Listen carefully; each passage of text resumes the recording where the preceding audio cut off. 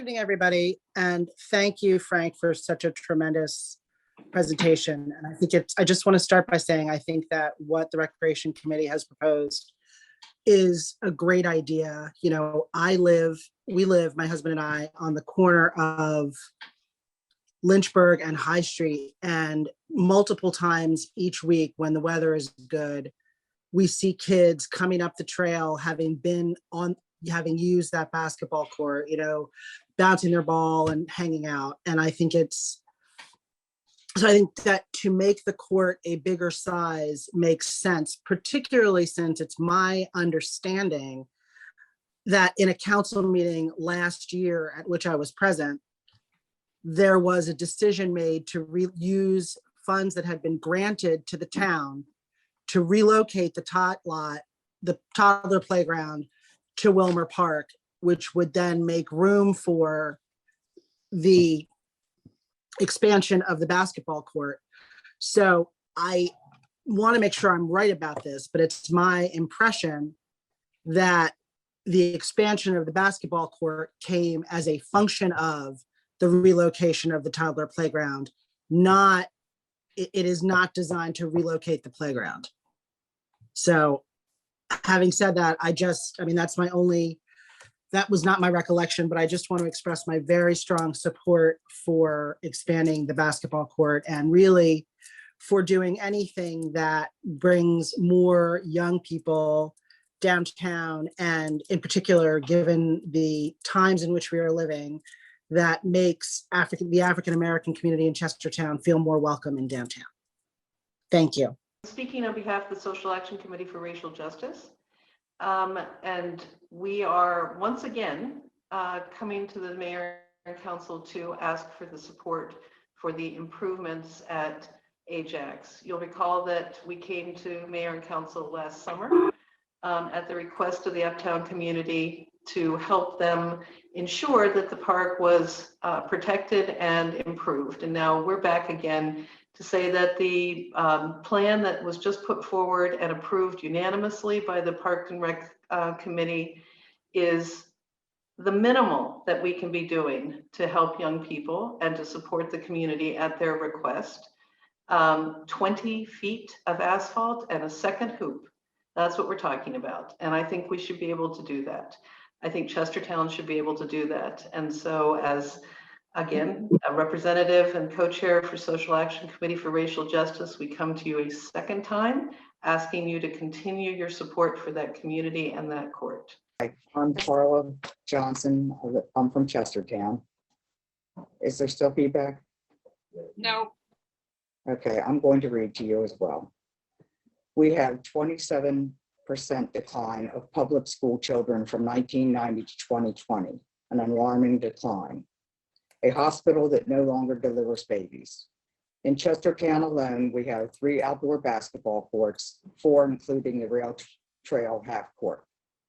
Washington Park, Gateway Park, Chestertown Middle School. We have indoor courts at Washington College, Ken Athletic Center, which is now the YMCA, and we have a new YMCA coming with state-of-the-art courts, which no child will be refused. The Ajax Pocket Park is not the original Ajax Park, which we all know. We, the neighbors, as we are called, wanted this little park to be nicer, prettier. We want to upgrade the equipment and paint lines on the half court. Just recently, the park was surveyed. There simply may not be enough room for the half court and the toddler playground equipment, though this is our priority. We would like an extension to be granted for us to submit a plan since the property was just surveyed by the town. Common sense tells all of us that we have enough basketball courts in Chestertown and absolutely nowhere for children to play. The toddler park is used constantly by families. Very rarely is the court used, not even during the ongoing NCAA basketball tournaments. In the July 9th, 2020 Kent News, Councilman Foster, Eflin, Hurst, Tolliver, and the mayor were all quoted as being in favor of the playground at the Rail Trail Park. Wilmer Park funding for its playground has not yet been approved. Its equipment will not be rated for toddlers. Many business owners, property owners, and employees would like to speak in favor of the playground, but are afraid of its repercussions if they do. The CRC say they listen and listen and listen some more. We do not feel that they have considered any of our suggestions.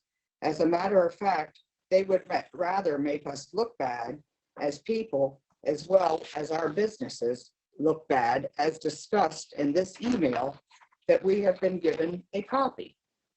They also accused us of racism. It is absolutely chilling to think of this from a commission appointed by the mayor and council. All we have ever wanted to discuss is the improvement of a half basketball court and a toddler park. On March 22nd, the Deaton family wrote a beautiful letter to whom it concerns.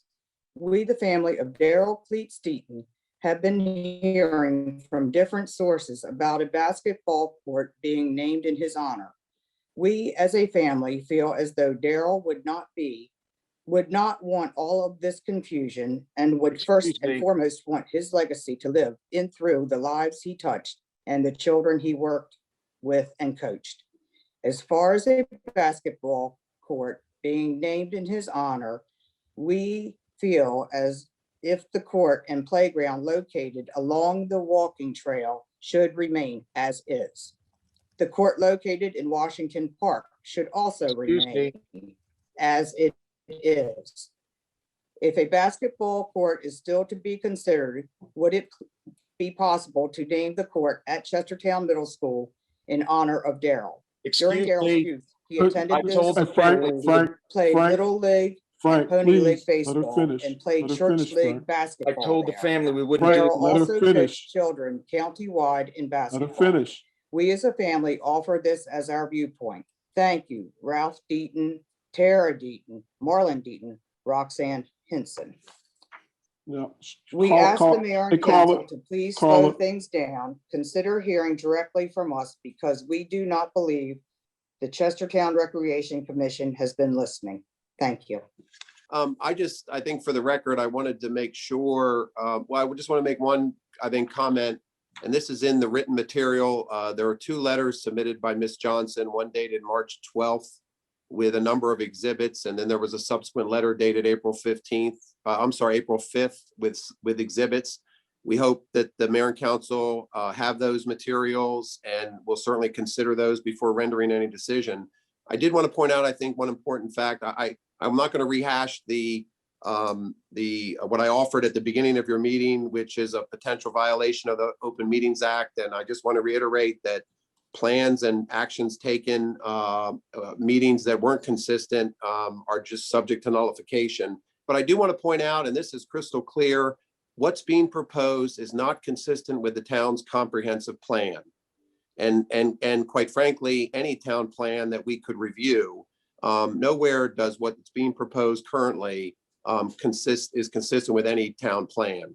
And that seems to be an important thing. And I would also just point out, when you're making decisions about disposing of public property, and I use that word meaning if you agreed to let all of the public property be covered with macadam and leave nothing left, you're doing that, and you're doing that without all the elected officials present. And with that, I'll thank you, Acting Mayor.